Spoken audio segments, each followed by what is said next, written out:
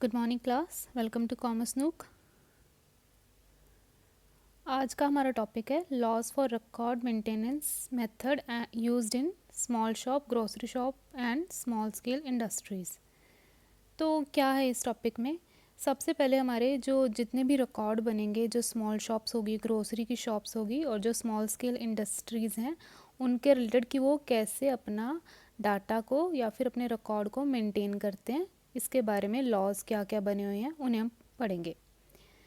तो first topic है हमारा, फर्स्ट पॉइंट है हमारा basic rules for recording for keeping records. तो क्या है यहाँ पर कि most record must be kept by the person और business that has the DEA रजिस्ट्रेशन। DEA की फुल फॉर्म है drug enforcement administration. Drug enforcement administration. क्या कहना चाहते हैं यहाँ पर? कह रहे हैं कि most record must be kept by the person, या फिर कोई बिजनेस है वो इसे ये डाटा रिकॉर्ड करना पड़ेगा जिसके पास ये DEA है, उसकी रजिस्ट्रेशन है।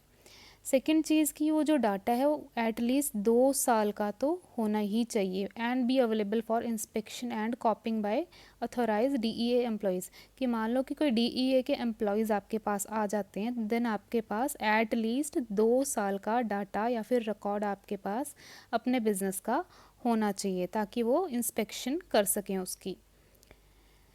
Next point is keeping record at a central location. You can keep financial shipping record like invoices at a central office instead of main registered location. तो जब आप अपना बिजनेस स्टार्ट करते हो ना, तो आप उसके अंदर कुछ एक फॉर्म फिल करते हो जहां आप मेंशन करते हो कि आपका रजिस्टर्ड लोकेशन आपके बिजनेस की कौन सी होगी।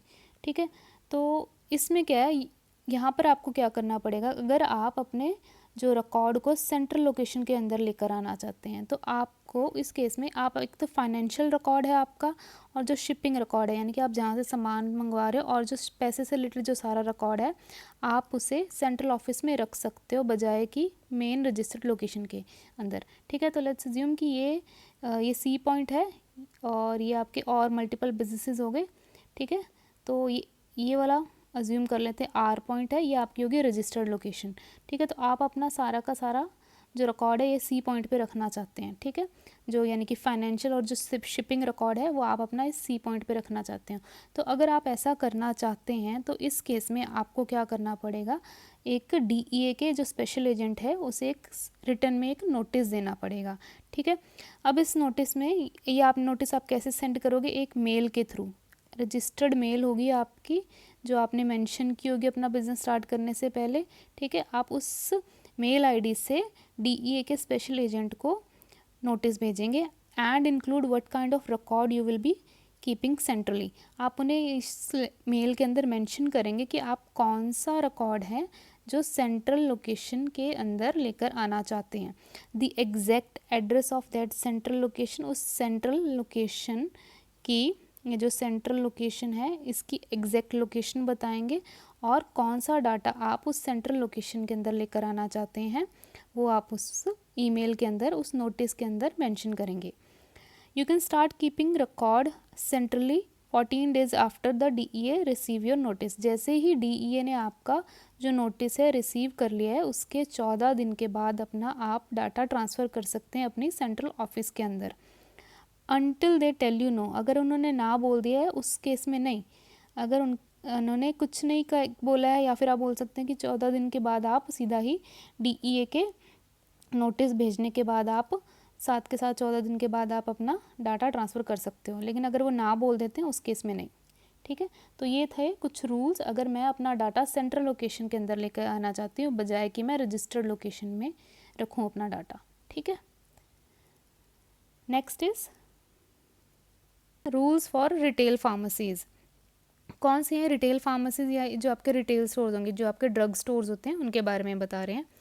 If a retail pharmacy has DEA registration for automated dispensing system, अगर जो रिटेल की जो फार्मेसी है आपकी उसके उस जो अगर वो DEA से रजिस्टर्ड है और आपने क्या हुआ है ऑटोमेटेड डिस्पेंसिंग की हुई है। ऑटोमेटेड डिस्पेंसिंग का मतलब है कि आपका जो रिकॉर्ड है वो कंप्यूटर कंट्रोल्ड मशीन के अंडर है, ठीक है, कंप्यूटर कंट्रोल्ड मशीन के अंदर आप उसे ट्रैक कर रहे हैं।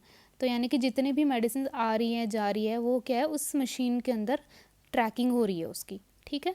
तो if a retail pharmacy has DEA registration for automated dispensing system at long term care facility, it can keep all of those records at main pharmacy और अनदर अप्रूव्ड लोकेशन, ठीक है। तो आप यहाँ पर इस केस में ये जो रिटेल फार्मेसीज़ है उनके लिए बता रहे हैं, उनके लिए क्या रूल है। अगर आपकी जो रिटेल की फार्मेसी है उस DEA के अंडर वो रजिस्टर्ड है पहले तो, और दूसरा क्या केस बोल रहे हैं कि ऑटोमेटेड डिस्पेंसिंग है, आपका डाटा है वो कंप्यूटर कंट्रोल्ड मशीन के थ्रू ट्रैक हो रहा है, तो उस केस के अंदर आप क्या कर सकते हैं, आप अपना सारा रिकॉर्ड है एक तो मेन फार्मेसी में रख सकते हैं और दूसरा अनदर अप्रूव्ड सेंट्रल लोकेशन में अपना डाटा सारा रिकॉर्ड कर सकते हैं। सेकंड क्या है इसमें, condition for central record keeping के अंदर आप क्या करेंगे इसमें, if you keep record centrally you must follow these rules. अगर आपका डाटा सेंट्रली रिकॉर्ड हो रहा है देन आपको क्या क्या रूल्स को फॉलो करना है। एक तो हो गया आपका ऑर्डर फॉर्म और दूसरा इन्वेंट्री, ये दोनों है can not be kept centrally, they must stay at each registered location. Order form यानी कि आप जहाँ से अपना सारा का सारा सामान ऑर्डर कर रहे हैं, और दूसरा आपका जो इन्वेंट्री का रिकॉर्ड है ये आप सेंट्रली नहीं रखोगे, वो आपका हमेशा रजिस्टर्ड लोकेशन में ही जाएगा। सेकेंड चीज़, if you use special technology to store record you must provide the necessary equipment to view them. तो आपसे कोई डिमांड कर लेता है कि आपका उन्हें डाटा चेक करना है, कोई गवर्नमेंट ऑफिशियल आकर आपसे मांग लेता है, तो अगर आप कोई स्पेशल टेक्नोलॉजी का इस्तेमाल कर रहे हो, फॉर एग्जांपल कोई माइक्रोफिल्म इस्तेमाल कर रहे हो या कोई कंप्यूटर इस्तेमाल कर रहे हो अपने जो रिकॉर्ड को मेंटेन करने के लिए, देन आपको क्या करना होगा, you must provide necessary equipment, तो आपको वो इक्विपमेंट उन्हें प्रोवाइड करना होगा।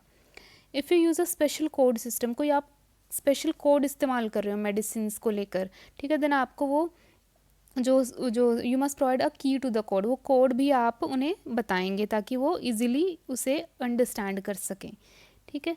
You must agree to send any requested record to your registered location within 2 business day of a written request from the DEA।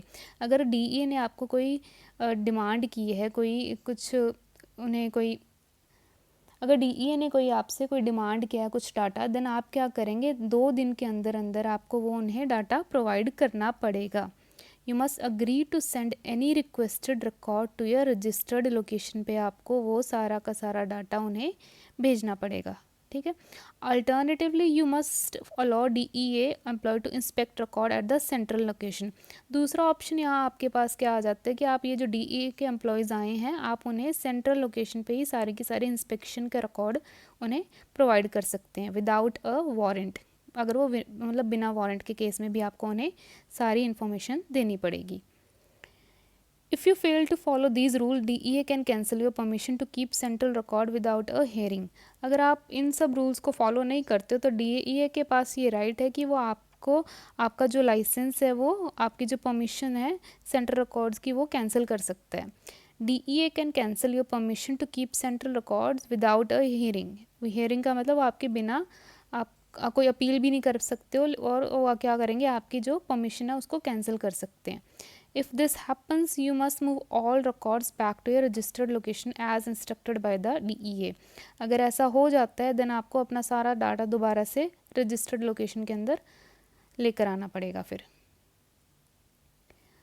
In house computer system, you do not need to notify DEA or get special permission to keep record on your own in house computer system. अगर आपका in house computer system हो गया जो आप अपना इस्तेमाल कर रहे हो जहाँ पर हो आप, ठीक है, तो वहाँ पर आपको अपना डाटा मतलब कि वहाँ पर आपको DEA की परमिशन लेने की ज़रूरत नहीं है, वहाँ पे कोई भी स्पेशल परमिशन की रिक्वायरमेंट नहीं है, वहाँ आप डाटा अपनी मर्ज़ी से रख सकते हो।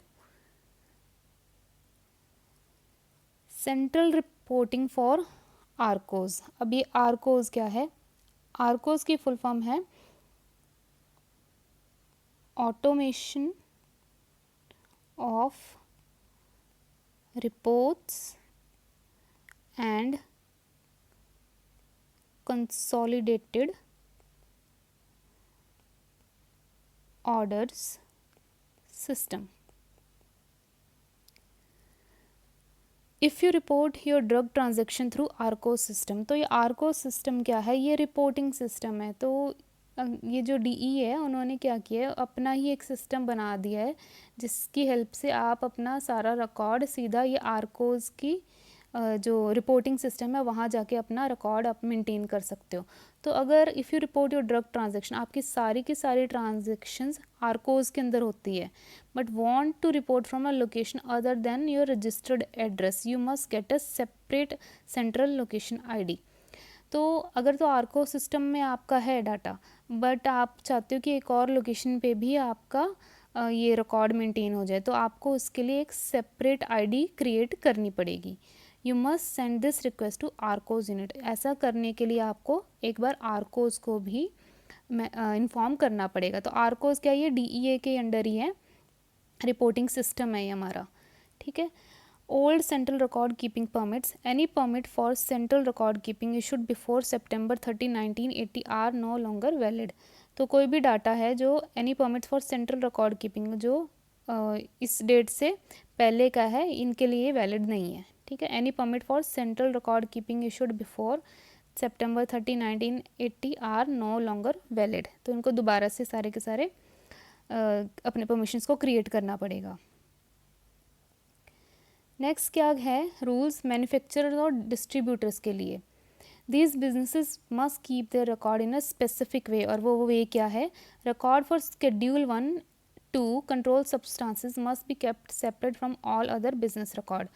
तो इन्होंने क्या किया हुआ है, जो मेडिसिन हैं, कुछ सब्सटेंसेस हैं, उनको अलग अलग स्केड्यूल में डिवाइड की हुई हैं। तो यानी कि कुछ मेडिसिन होंगी, जो कुछ सब्सटेंसेस होंगे उन्होंने अलग से शेड्यूल 1 के अंदर मेंशन किए होंगे, कुछ शेड्यूल 2 के अंदर उन्होंने अलग से एक लिस्ट बनाई हुई होगी। अगर इजी लैंग्वेज में बोलूँ तो उन्होंने एक लिस्ट बनाई हुई है अलग अलग सब्सटेंसेस के लिए, ठीक है। तो वो कह रहे हैं कि जो मेडिसिन्स, जो कंट्रोल सब्सटेंसेस हैं, जो शेड्यूल 1 और 2 में आते हैं, आप उनको अलग से रिकॉर्ड करोगे। जो आपका नॉर्मली जो आप बिज़नेस रिकॉर्ड करते हो उनसे अलग करोगे, ठीक है। तो शेड्यूल 1 की जो सब्सटेंसेस हैं और शेड्यूल 2 के जो सब्सटेंसेस हैं, वहाँ उसकी जो रिकॉर्डिंग होगी आप अलग तरीके से करोगे।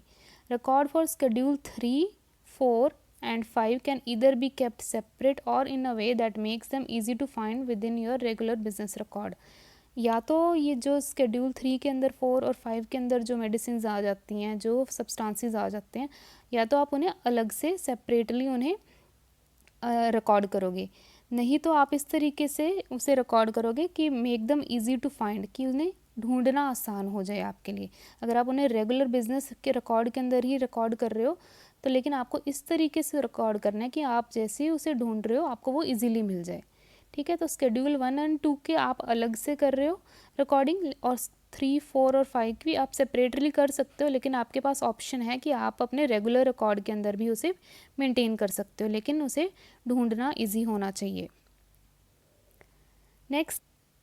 नेक्स्ट केस है वो है इंडिविजुअल एंड इंस्टीट्यूशनल प्रैक्टिशनर्स, यानी कि जो डॉक्टर्स हैं और हॉस्पिटल्स के लिए क्या केस है।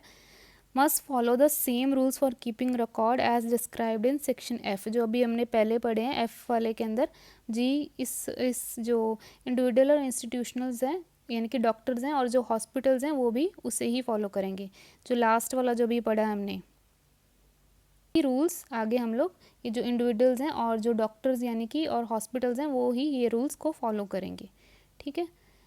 नेक्स्ट है फार्मेसीज़ के लिए क्या है rules. Pharmacies have specific rule for keeping record for schedule 1 and 2 की ड्रग्स, जो ड्रग्स शेड्यूल 1 एंड 2 के अंदर आती हैं, ठीक है। तो ये जो हमने हर एक मेडिसिन के नेचर को देखते हुए उनको अलग अलग शेड्यूल के अंदर डिवाइड किया है।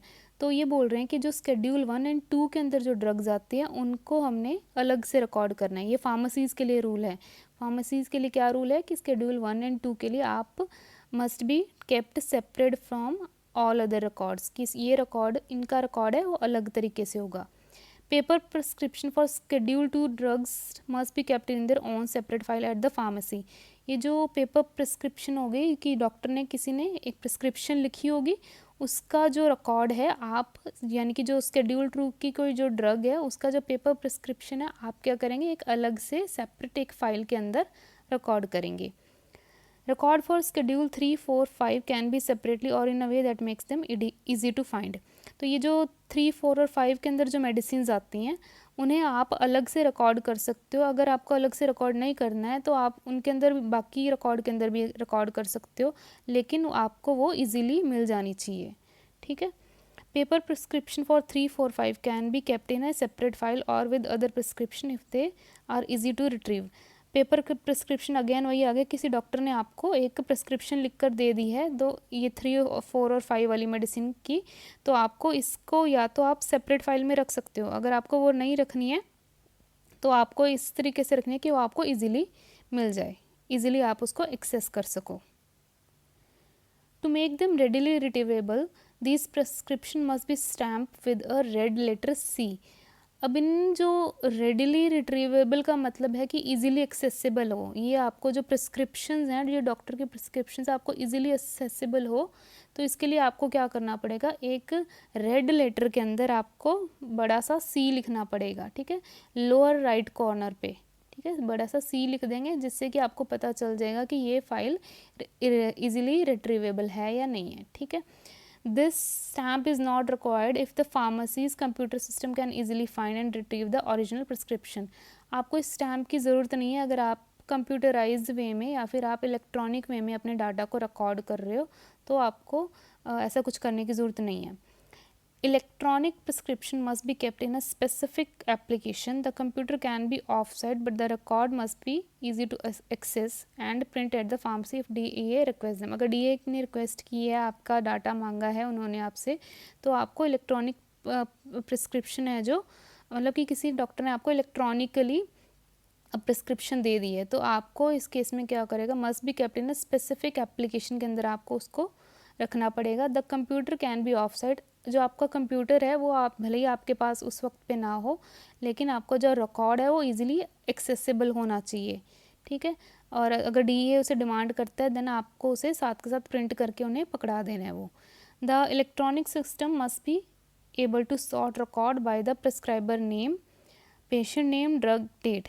तो ये जो इलेक्ट्रॉनिक प्रिस्क्रिप्शन है, जिस डॉक्टर ने आपको इलेक्ट्रॉनिकली एक प्रिस्क्रिप्शन लिख कर दिया है, मेडिसिन की प्रिस्क्रिप्शन लिख कर दी है, तो उसके अंदर आप तो एक तो प्रिस्क्राइबर उसका नाम और जो पेशेंट जिसको लिख कर दिया है, ड्रग का नाम, ठीक है, किस डेट को लिख के दिया, ये सारा का सारा डाटा आपके पास इलेक्ट्रॉनिकली होना चाहिए. इलेक्ट्रॉनिकली यानी कि ऑनलाइन या फिर आप बोल सकते हैं कंप्यूटर के अंदर आपके पास अवेलेबल होना चाहिए. ठीक है. So that is all for today's class. ये था आपका laws for record maintenance method in small shop, grocery shop और स्मॉल स्केल इंडस्ट्री के अंदर. तो ये NCERT के अंदर आपका लास्ट टॉपिक था अंडर यूनिट 1. ठीक है, चैप्टर या फिर session 4, record in laws in record maintenance. ठीक है. So that is all for today's class. I hope कि ये क्लास आपको क्लियर हो गई हो. थोड़ा सा ये लॉफुल या फिर आप बोल सकते हैं लीगल लैंग्वेज यहाँ पर ज़्यादा यूज़ हुई है, पर आई हैव ट्राइड कि आपको मैं इस कंसेप्ट को इजीली समझा सकूँ. ठीक है. So that is all for today's class. अगर आपका कोई डाउट है देन आप वो पूछ सकते हैं नीचे कमेंट्स में. See you in the next class. Thank you.